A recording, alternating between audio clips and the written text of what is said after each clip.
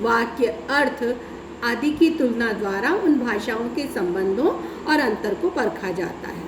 इसी पद्धति द्वारा दो या दो से अधिक भाषाओं के अंतः बाह्य एकता और अनेकता को समझा जा सकता है। इसी अध्ययन पद्धति के आधार पर विश्व के एक छोर से दूसरे छोर पर प्रचलित ग्रीक, लैटिन और संस्कृत में निकटता स्थापित हो सकी है और यह कहा गया कि ये एक ही परिवार की भाषाएं हैं।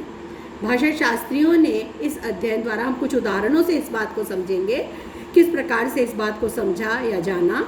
जैसे पिता के लिए ग्रीक और लैटिन में पैटर शब्द प्रचलित रहा, संस्कृत में पितृ, अवेस्ता में पितर, फारसी में पिदर, फ्रेंच में पेरे, जर्मन में वाटर, डेनिश और स्वीडिश में फादर, पुरानी अंग्रेजी में फादर और वर्तमान अंग्रेजी में फादर। तो इनमें अत्यधिक साम्य है और इसी आधार पर मातृवाचक और भ्रातृवाचक शब्दों को भी देखा गया तो उनमें भी समानता देखने को मिली। तो इस प्रकार से यह निर्धारित किया गया इस ऐतिहासिक तुलनात्मक भाषा विज्ञान के अंतर्गत अध्ययन करके कि ये भाषाएं बहुत परस्पर एक दूसरे से मिलती जुलती हुई हैं, इसलिए ये एक ही परिवार की भाषाएं हैं। चौथा है प्रायोगिक भाषा विज्ञान। यह भाषा विज्ञान व्यावहारिक और प्रयोगपरक है। इसमें भाषा विज्ञान के सिद्धांतों का व्यावहारिक और प्रचलित रूप में अध्ययन किया जाता है। किसी बोली की ध्वनियों, शब्दों के साथ बोलने वाले की भाषा में प्रयुक्त मुहावरे, कहावतों आदि की प्रयोग दशाओं का भी अध्ययन किया जाता है। यह अध्ययन सहज, स्वाभाविक और स्पष्ट होता है।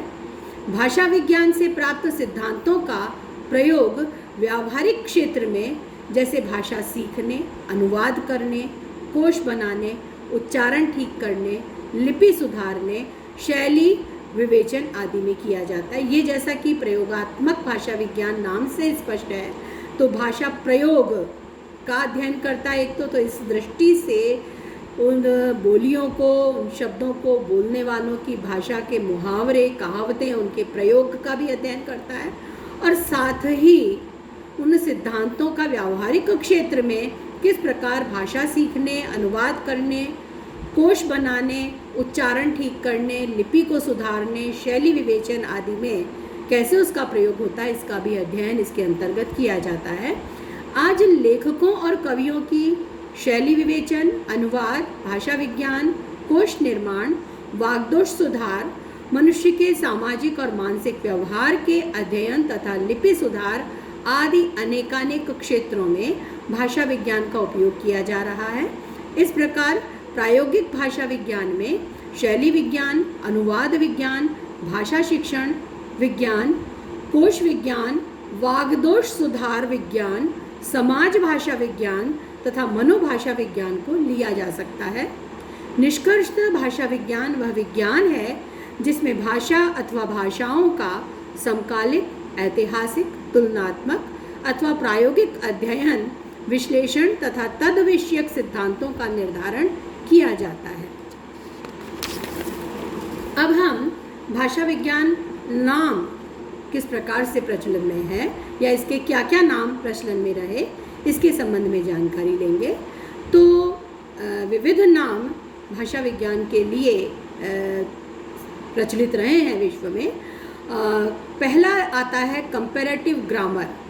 तो पहले व्याकरण और भाषा विज्ञान को मूलतः एक माना गया और भाषा विज्ञान में कोई विशेषता थी तो वो उसके तुलनात्मक होने की थी, इसी कारण इसे कंपैरेटिव ग्रामर नाम दिया गया।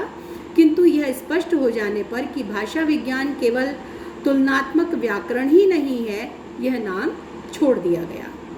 दूसरा है कंपैरेटिव फिलोलॉजी। 19वीं सदी में भाषा विज्ञान में भाषाओं की तुलना पर पर्याप्त बल दिया जाता था। इस आधार पर कंपैरेटिव फिलोलॉजी इसे नाम दिया गया। यह नाम कुछ समय प्रचलित रहा, बाद में इसे भी त्याग दिया गया। इसमें सबसे अधिक आपत्ति कंपैरेटिव, तुलनात्मक शब्द पर रही, क्योंकि शास्त्रीय ज्ञान प्रायः सर्वदा तुलनात्मक होता है, अतः यह पूछ व्यर्थ प्रतीत होती थी। तीसरा नाम रहा फिलोलॉजी। फिलोलॉजी मूलतः यूनानी भाषा का शब्द फिलोस का अर्थ है प्यार या प्रेमी और लॉजी का अर्थ है बातचीत, भाषा आदि। तो यूनानी से लैटिन में इसका रूप फिलोलॉजी और प्राचीन फ्रांसीसी में फिलोलॉजी हुआ। अंग्रेजी फिलोलॉजी शब्द का प्राचीनतम प्रयोग सन 1386 ईस्वी में मिलता है। उस समय उसका अर्थ था व्याकरण, आलोचना, साहित्य और ज्ञान का प्रेम। बाद में विकसित होकर उसका अर्थ हुआ वह ज्ञान जो ग्रीक और लैटिन आदि क्लासिकल भाषाओं को समझने में मदद करे। भाषा विज्ञान के लिए अंग्रेजी में फिलोलॉजी का प्रयोग 18वीं सदी के दूसरे दशक में मिलता है। चौथा जो इसका नाम प्रचलित रहा है वह है ग्लॉसोलॉजी। सन 1817 में डेविस ने भाषा विज्ञान के मिलते जुलते अर्थ में ग्लॉसोलॉजी शब्द का प्रयोग किया था। अगला है ग्लॉटोलॉजी। तो प्रिचर्ड ने 1841 में भाषा विज्ञान के लिए इस शब्द को प्रचलित किया।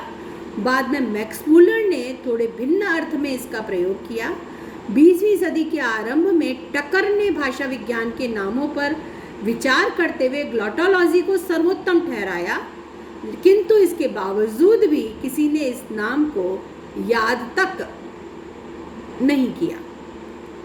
अंग्रेजी में इस विज्ञान के लिए साइंस ऑफ लैंग्वेज नाम भी प्रयुक्त होता रहा है, लेकिन अपनी लंबाई के कारण यह नाम जैसा प्रतीत नहीं होता, इसलिए इसे इस अर्थ में अधिक प्रयुक्त नहीं किया जाता। सातवां है लिंग्विस्टिक्स, जो सबसे ज़्यादा प्रचलित इसका नाम है। इसका आधार लैटिन शब्द लिंगुआ, जिसका अर्थ जीभ है।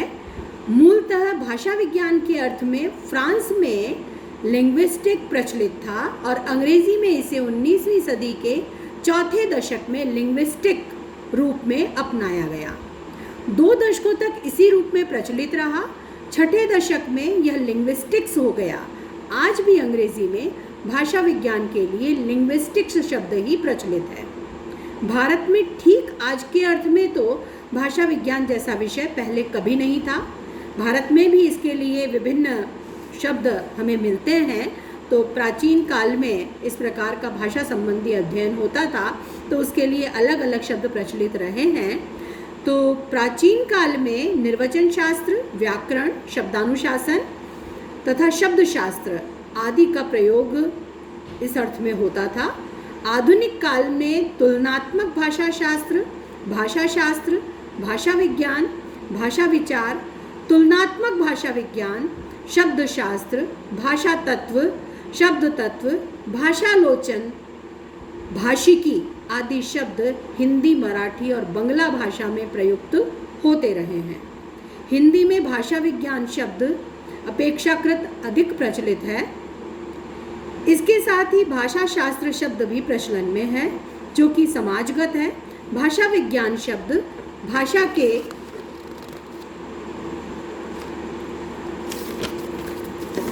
अध्ययन के लिए सही प्रतीत होता है और इसका प्रयोग आज लिंग्विस्टिक्स के अर्थ में ही किया जाता है।